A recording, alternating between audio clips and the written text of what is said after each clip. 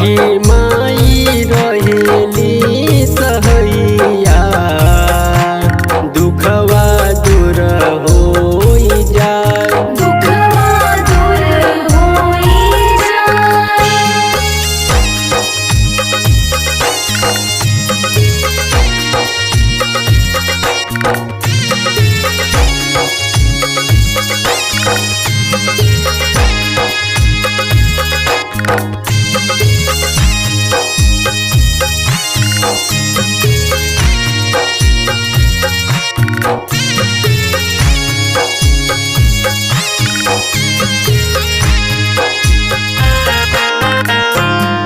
पहिरी के लोगवा पियरिया कान्हे बहंगी उठाए।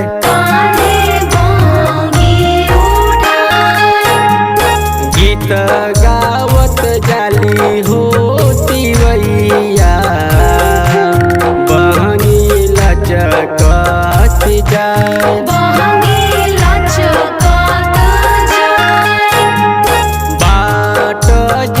पूछेली बटोहिया ओके अनर कहाय।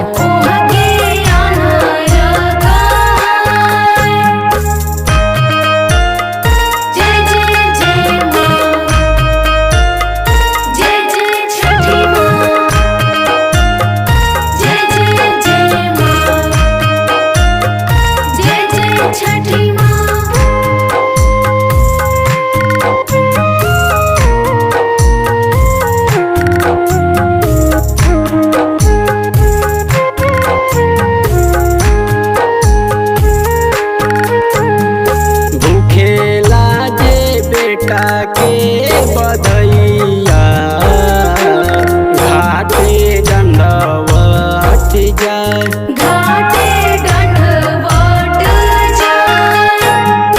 पावन छठी माई के बरतिया नीरा जलवा भुखाए।